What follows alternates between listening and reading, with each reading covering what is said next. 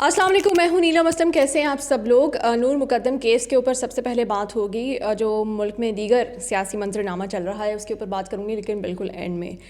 हमारे लिए इस वक्त जो प्रायोरिटी है वो इंसाफ का बोलबाला है।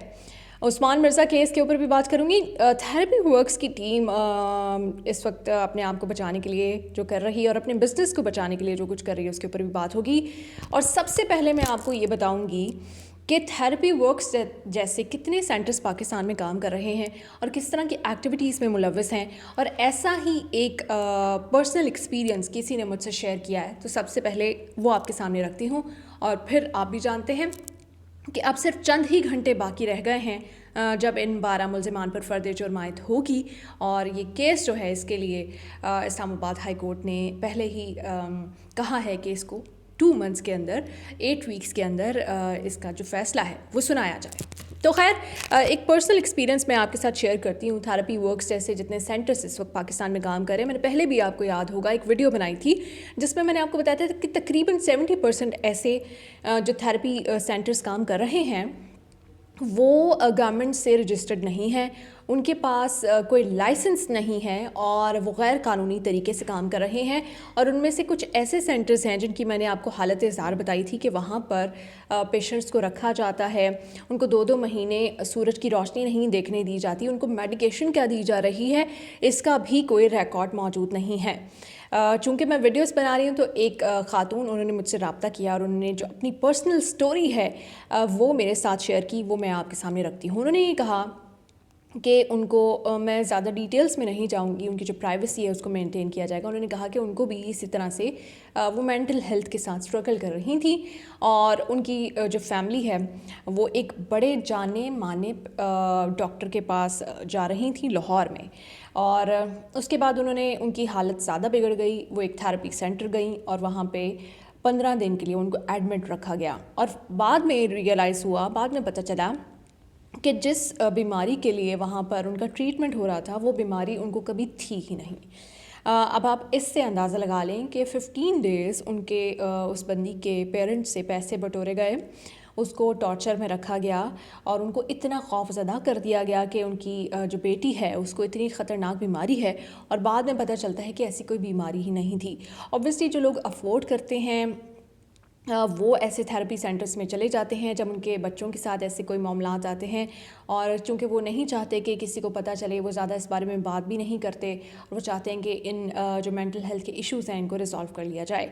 लेकिन पता क्या चला कि ऐसा कुछ था ही नहीं और वो हैवी जो फ़ी है वो चार्ज कर रहे हैं इस तरह के जो मेंटल हेल्थ इश्यूज़ हैं उनको रिजॉल्व करने के लिए। जबकि उन्होंने एक गलत डायग्नोसिस, मैं कह सकती हूँ कि उन्होंने गलत डायग्नोस किया और गलत बीमारी का वो इलाज वहाँ पर करते रहे। खैर ये पर्सनल एक्सपीरियंस था। उसके बाद इस बंदी की जो लाइफ है वो काफ़ी ज़्यादा इफ़ेक्ट हुई और फिर वो किसी और डॉक्टर के पास गई और उसके बाद अब वो बेहतर हैं। और यही काम ये सारे थेरेपी सेंटर्स कर रहे हैं। जो आपको नहीं भी बीमारी, वो बीमारी आप पे कह देते हैं कि ये आपको बीमारी है। तो आपको जिसको भी मेंटल हेल्थ के इश्यूज़ हों या ऐसी कोई प्रॉब्लम हो या कोई भी काउंसलिंग लेना चाहता हो तो जो सर्टिफाइड लोग हैं, जो पढ़े लिखे साइकेट्रिस्ट हैं या साइकोलॉजिस्ट हैं, उनके पास जाएं। और कुछ लोगों का ये कॉन्सेप्ट होता है कि अगर आपको किसी साइकोलॉजिस्ट या साइकेट्रिस्ट ने कह दिया कि आपके साथ कोई इशू नहीं है तो उनको लगता है कि ये तो डॉक्टर ही ठीक नहीं है। तो हो सकता है आपको कोई इशू ना हो सकता है आप फॉर टाइम बीइंग आप किसी प्रॉब्लम की वजह से स्ट्रेस में हो, डिप्रेशन में हो और वो बड़ा टेम्परेरी सा एक फ़ेज़ हो और वो गुजर जा सकता हो। आप आप फैमिली या फ्रेंड्स से शेयर करें या आप अल्लाह की तरफ रुजू करें तो वो हो सकता है। लेकिन अगर एक चीज़ ज़्यादा अरसे तक रह रही है तो फिर डेफिनेटली आपको डॉक्टर के पास जाना चाहिए। अदरवाइज़ हर चीज़ के लिए, जिस तरह हम कहते हैं कि बुखार और नज़ले के लिए भी डॉक्टर के पास ना जाएं, तो इसी तरह से अगर आपके 2-4 दिन ऐसे गुजरें तो उस सूरत में आप थेरेपी सेंटर आपको मेरा नहीं ख्याल जाने की ज़रूरत है। और जबकि सूरत हाल भी ये चल रही है मुल्क में। अब मैं आपको बताती हूँ कि कल जो है वो बड़ी अहम पेशी है। चंद घंटे और उसके बाद फ़र्द जुर्म तमाम मुल्ज़िमान पर आयद हो जाएगी। लेकिन सवाल ये है कि एक पूरी टीम और पूरी फ़ौज वकला की आती रही और वो कहती रहेगी हम ज़ाहिर जाफ़र का वकील बनना चाहते हैं। लेकिन ज़ाहिर जाफ़र का वकील कोई भी नहीं बना। जब इनको कॉपियाँ थमाई गई, चार्जशीट थमाई गई, उस वक्त तो कोई वकील नहीं था जिससे केस को कमज़ोर करने की, इफ़ेक्ट करने की कोशिश की गई। پھر جو ہے اس نے کہا کہ مجھے تو اردو نہیں آتی. پھر جج صاحب نے ان کو بتایا کہ آپ کو اردو سمجھنے کی ضرورت بھی نہیں ہے, نہ انگلش سمجھنے کی ضرورت ہے, یہ کام آپ کے وکلا نے کرنا ہے, آپ کے وکلا نے اس چیز کو پڑھ کر آپ کو ایکسپلین کرنا ہے. لیکن ظاہر جعفر کا کوئی وکیل نہیں ہے, کوئی سرکاری وکیل بھی اس کے لیے اپوائنٹ نہیں کیا گیا. اب دیکھنا یہ ہے کہ کل کیا ظاہر جعفر کو کوئی وکیل ملتا ہے یا نہیں ملتا. فرد جرم عائد ہوگی, اس کے بعد جو اگلا مرحلہ ہے وہ بڑا اہم ہے. 18 گواہان جو ہیں وہ موجود ہیں جو کہ عدالت کے سامنے پیش کیے جائیں گے, جو کہ گواہی دیں گے, اور وہ گواہ الگ ہیں, اور جو سائنٹیفک ایویڈنس ہے, فورینزک ایویڈنس ہے یا ڈی این اے رپورٹس ہیں, وہ الگ ہیں جو کہ اسٹیبلش کر رہی ہیں کہ ظاہر جعفر جو ہے وہ اس نے قتل کیا ہے.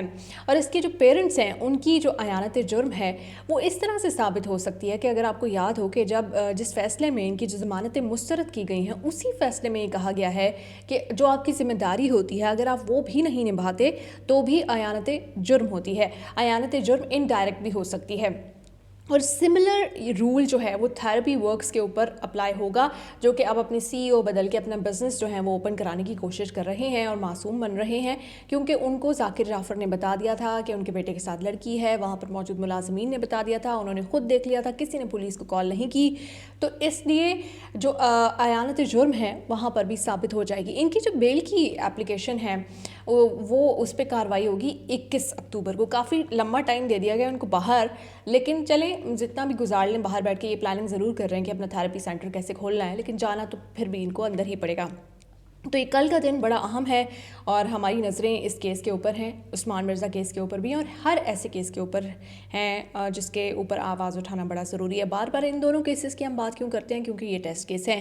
اگر یہ دونوں کیسز میں انصاف ہو جائے گا تو انصاف کی جو سمت ہے, جو ڈائریکشن ہے وہ صحیح ہو جائے گی, اور اس کے بعد پھر میں یہ امید کرتی ہوں کہ کافی عرصے تک جو ججز ہیں ان کو بھی حوصلہ ملے گا, جو لوگ ہیں ان کو بھی حوصلہ ملے گا, وکلا کو بھی پتہ چلے گا کہ ان کیسز میں, اور ایسی فیملیز جن کو لگتا ہے کہ وہ پیسے کے بلبوتے پہ کچھ بھی کر سکتی ہیں ان کو بھی ایک سبق ملے گا. اس لیے یہ دونوں کیسز بڑے امپورٹنٹ ہیں, اس کے لیے ہم ان کی جان نہیں چھوڑ رہے, اسی لیے ہم ان کے اوپر بات کر رہے ہیں, بار بار کر رہے ہیں, چاہے لوگ سننا چاہتے ہیں یا نہیں سننا چاہتے. ہمارا جو کام ہے وہ حق کے لیے آواز اٹھانا ہے, وہ ہم اٹھاتے رہیں گے. تو یہ دو بڑی امپورٹنٹ چیزیں تھیں, میں نے سوچا آپ سے شیئر کروں ان تمام لوگوں کے لیے جو تھراپی سینٹرز جاتے ہیں یا جن کو بھی مینٹل ہیلتھ ریلیٹڈ پرابلمس ہوتے ہیں. ان کو دیکھنا پڑے گا کہ وہ کس سائیکالوجسٹ, کس سائیکیٹرسٹ یا کس سینٹر میں جا رہے ہیں, کیا وہ آتھرائزڈ ہیں ٹریٹمنٹ کے لیے یا نہیں. اور دوسرا کل دیکھنا یہ ہے کہ ملزم ظاہر جعفر کو کیا وکیل ملتا ہے یا نہیں.